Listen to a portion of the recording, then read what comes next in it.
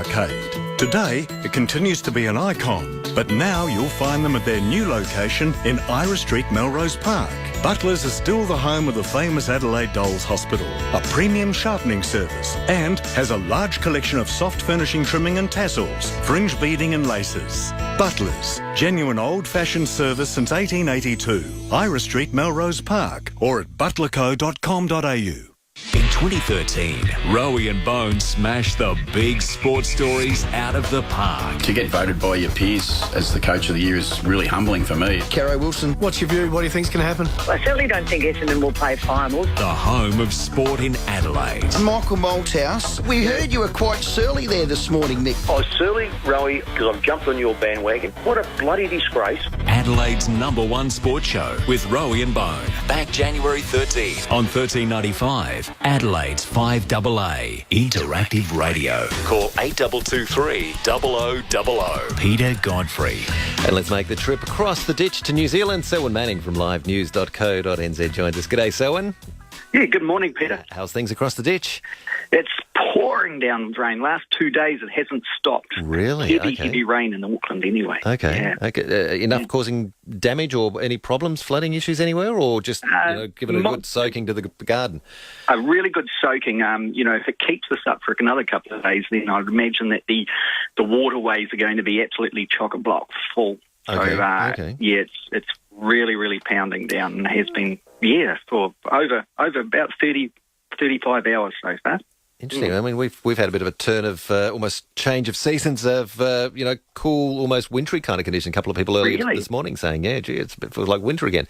So it's blowing up from the south, is it? May well be, yeah. By the sound of it, we've had, not huge rainfall, but we've had a bit of rain over the last few days as well, and some thunderstorms and winds and cooler temperatures. So we share weather today. Yes, we do. And the weather people, they noted that 2 days last month in November were the highest on record here in New Zealand for over 50 years. It was in the 1950s and the last time it reached those temperatures. And here in New Zealand, it's quite a few notches below you guys, but it was around 26, 27 degrees on a couple of days. Okay, and then turning to wet, we had some pretty hot ones earlier in the week too, or last weekend. So, interesting stuff. Let's get into some politics from your part of the world, shall we? Some troubles, instability possibly for your national-led coalition government with, John Banks, the leader of the ACT Party, who's in coalition, the party in coalition with the Nationals. What's happened with him? Yeah, it's the ACT Party. So economically, it's a right-wing party. And John Banks, who was once a member of the Nationals here in New Zealand, he was made ACT leader last time when he successfully stood for the seat near Auckland, the Epsom seat. But John Banks, he announced that he will not seek re-election at next year's election after his appeal to overturn a judge's ruling that he must stand trial for alleged electoral fraud. Now, this goes back to when he campaigned to be re-elected as the mayor of Auckland City, and it was later found that he received two $25,000 checks from Kim.com, who is facing charges of all sorts of things from the American federal courts relating to his mega upload business.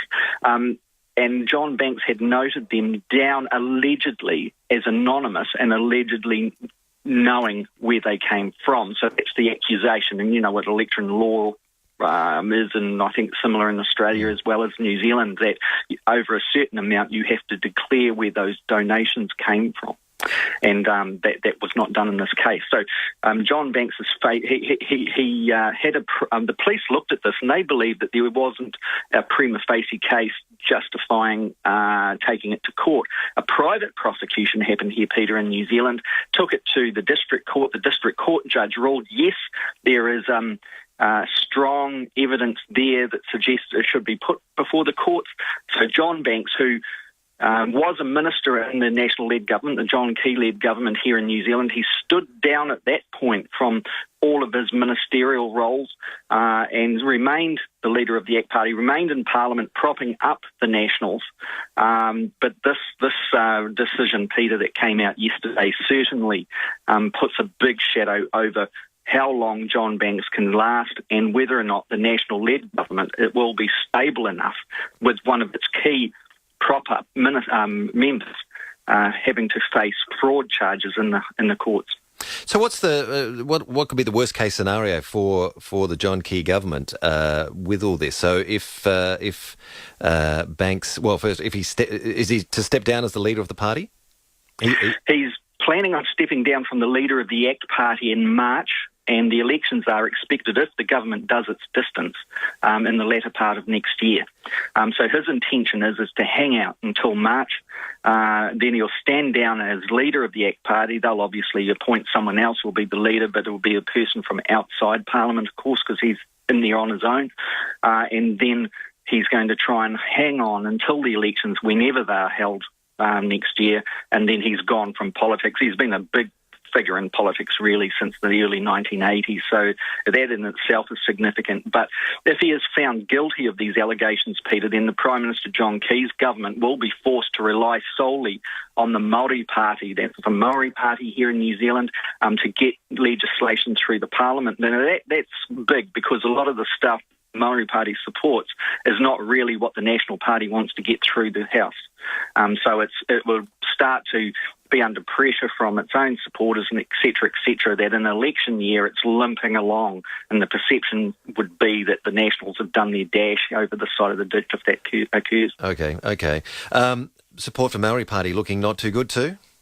Yeah, absolutely, Peter. The polls are showing that the Māori Party is, since it cozied up to the Nationals here in New Zealand, it really drove a lot of support away from it, from core voters.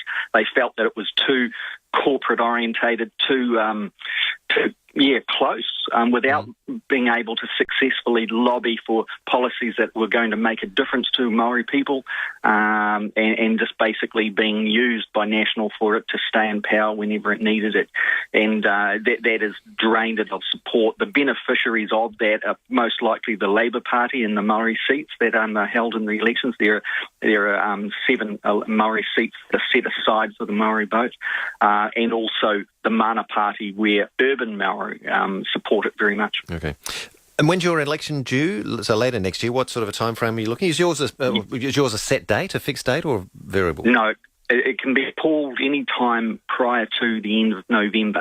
So that kind of is like the 3-year term here in New Zealand, up until the date when the last election was called. Of course, if governments become unstable, then just like in Australia, they can call them early. And there is a heightened anticipation that may occur next year, particularly should John Banks, this leader of the ACT Party, be found guilty of electoral fraud. Yeah, okay. So how early could it be? Is there a window of where it could be? It could be leading into the winter. That's when things get very dicey.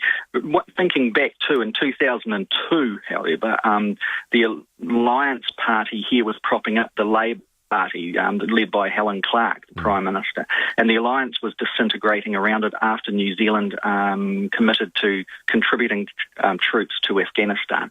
And so Helen Clark called the election early way back then, and absolutely trounced the Nationals in opposition, and was able to form a very strong coalition government in the wake of that. So it doesn't necessarily mean a government falls apart itself, but certainly with the Nationals here, while they maintain a sizable lead as a party over all the other parties, Peter, they just simply do not have the numbers on their own to form a government, and they need these others to prop them up. All right. Be an interesting year for you guys next year in politics. Yes, well, definitely. So is this year. On to other matters. A major drug bust, New Zealand police this week. The biggest ever in New Zealand? It is. It's over $120 million worth of drugs and assets were seized by the New Zealand police yesterday. And like you say, it's the biggest drug operation of its kind to have occurred in New Zealand. This operation involved 330 officers. So that's a big slice of the number of police here in New Zealand on any account. And also customs officers were involved as well in that number. They were assisted by, apparently, according to the police, by international criminal intelligence information, so no doubt from Australia and all around. And 300, there's a lot of 300s in this report here, Peter. 300 kilograms of contact NT was seized. I think I'm saying the name right. Anyway, it's a Class B drug and used as a precursor drug to manufacture methamphetamine and then on to making what you call ice over in Australia. The police said the quantity of the precursor drug would have made around about 100 kilograms of meth, of $100 million. And only 4 people so far have been arrested. So it must have been very much at the top of things. Apparently, just in closing, Peter, the drug came through in containers, so shipping containers. So it's a huge one. Yeah. Any reporting on where those containers came from, what their origin was? Need to nail that one down, but it's suspected place of origin.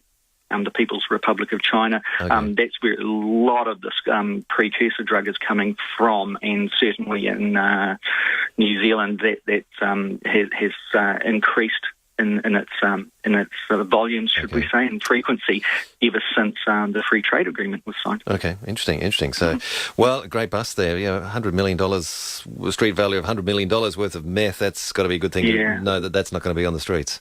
Yeah, and the word is on the streets too that younger people are thinking, stay away from that muck. It's it'll rot you, it'll do you in. So hopefully that trend and steering away from meth continues to. Absolutely, and be good if that thought comes across this side of the ditch too. Yeah, it's a horrible thing, isn't it? All right, Selwyn, many thanks for that. Have a great week, and we will catch up with you again next week. Okay, mate. Have a good one. Cheers, mate. Thank you. Bye. Selwyn Manning in New Zealand. For more news from that part of the world, head to livenews.co.nz. Time is 27 minutes past 6. 27 minutes past 5. Sorry, get it right. At 5:30, Ann Stone's got the latest news, sport and weather.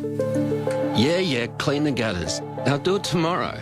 Bushfires are a constant threat. Stack firewood away from the